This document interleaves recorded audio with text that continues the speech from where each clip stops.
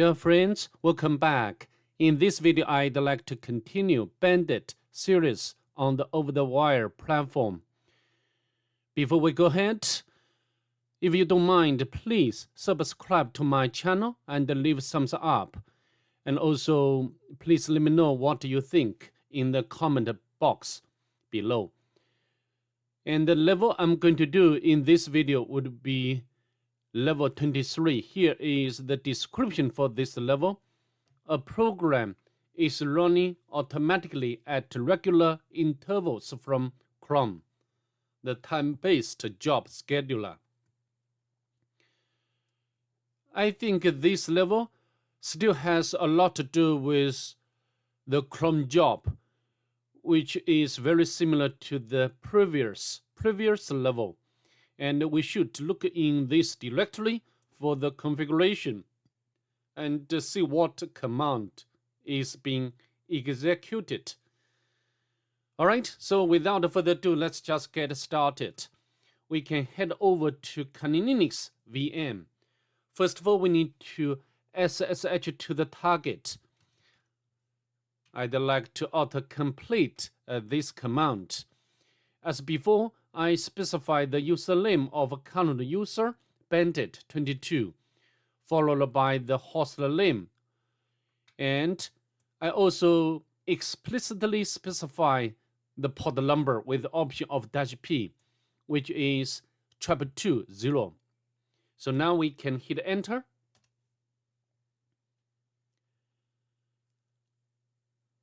It's asking us to supply the password of a current user. No problem. We can paste it from clipboard. Now we can hit enter.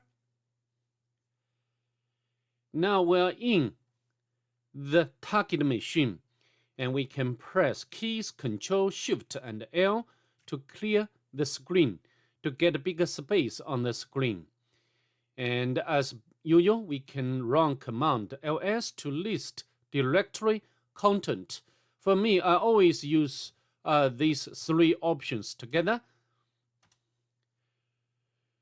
Of course, our answer is not here. I think we should look into the directory cron.d. You know, this directory is for the scripts of cron job. And let's do that. Let's change directory cd, change directory to etec cron.d. Of course, besides cron.d, the others directories for the cron jobs like daily, hourly, monthly, and weekly, and yearly. I think from the name we can know its usage. Okay, but for now we can look into this directory. Because we are looking for the password for the next level, 23. So I think we need to look into or look at this file. We can cut out this file or the script. You know, this script is some sort of instructions of a cron job. And I think the two lines, for now we can pay attention to the second line. And the first 5 columns specify intervals. You know, the program would be executed at this interval regularly. And the first column is minute. So here, star or asterisk means every minute the program would be executed. And the second one stands for hour. So every hour, every minute, every hour, and the third column stands for the day of the month. For example, the first day of the month or second day of the month, and so on. And the next is a month, for the first month or second month. The last one is the day of the week, for example, like Monday, Tuesday. And this field or this section specifies the user which runs this job or execute this job, and followed by the command or script itself. And this case is the shell script not the commands. So I think, and the last one is just redirect all to the special null device. And so I think next we need to take a look at this script to see what's going on there. And we can cut out this file.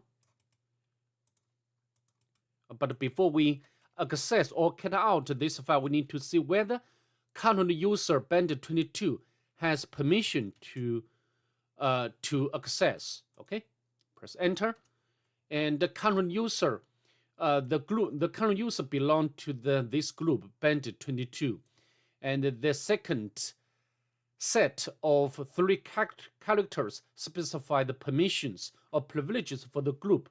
So here, the group Bandit22 has read and executable permission or privilege, and the first one, heaven, means file rather than directory, and the first 3 characters specify the privilege for the owner, and the owner of this script or this file would be Bandit23. So now I think we can cut out this script because we have permission to do that. I think from the extension we can tell this is the bash or shell script. Shell script is a sequence of commands that are executed from the top, and usually the shell script or bash script will start with the first line or the shebang. This line simply indicates an absolute path to the bash interpreter.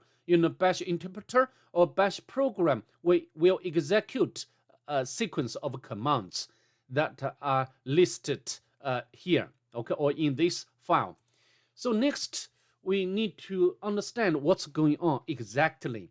The next line is, this one, my name is variable, and the value is derived from this one, from the right. And actually, this is output of the command, who am I? Everything in between parentheses will be executed. Who am I is the command to get the identity of the current user. So, for example, if we run who am I, you can get to know the current user is Bandit2.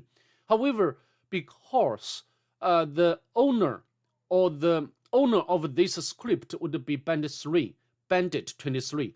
So I think when the owner run this script, here the output of this command would be Bandit23. Okay, and then output would be the value which can be set to this variable. Okay, my name. I think I've already explained it clearly. And the next, similar to this one, my target is another variable. Again, here, this a bit more complicated commands would be executed. And also you can notice there's 2 vertical bars. Excuse me. This one is the pipe operator. So the pipe operator can allow us to run multiple commands one by one. And the output of a previous command would be the input to the next command. Okay, so what they are doing now here just echo this string, I'm a user, and this variable would be referencing to this one. So for example, this one would be the Bandit23. This would be we can understand it like a placeholder, okay, or variable. And the dollar means the variable, right? So actually here this command is, for example, we can copy and Bandit23, and this is just the string itself would be printed out, and this output would be input to this command md5 sum. This one will calculate md5 hash value, so maybe I can pipe to md5 sum, and we can got this output. And this output consists of 2 sections. The first one is the md5 a hash value, but this one is a hyphen, nothing important. So we need to do some processing to get its actual MD5 hash value. And this is what the cut command does. Okay, so cut is the command which can extract sections from output or a file 9 by 9, and we can use the D option to specify the 9 separator. Sorry, not 9 separator, just a separator. Here, the separator would be the space. Okay, yeah, this one, this part. So now, and the F option means we want to get or extract the first section or the first field of this output. Okay, so I think now we can get its output. This is the MD5 hash value of this one, of this string. Okay, and now we can turn to the next line of command. So this one is very simple.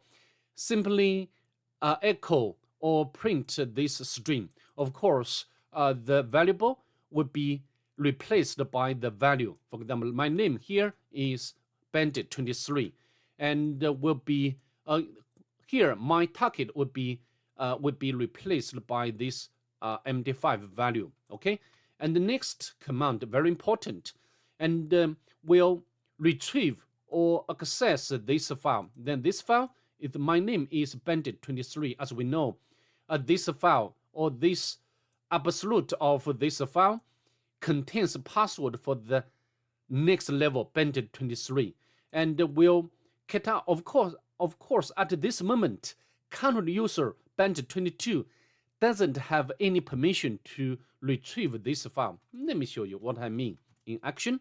So Bandit pass Bandit 23. As you can see, we got an error, permission denied. However, because this output will be redirected to the temp directory, and this is another variable. Yeah, the second variable we define here, or the other guy defined there. Okay, so to retrieve the password for the next level, we can access this file instead. Okay, so I think we have already gone through this sequence of commands, and then to I think now what we have to do now is to retrieve or to access or retrieve this file. Okay, and just now we have already got its file name, the my target. Okay, so now we can get out the temp, and this would be the file name. And now we can press enter. As you can see, we successfully retrieve the content of this file, which should be the password for the next level. So I think that's pretty much it I'd like to do in this video. Please don't forget to subscribe to my channel. I will upload videos on the cybersecurity, Linux, networking almost every day. So that's all. Thank you. Have a good day.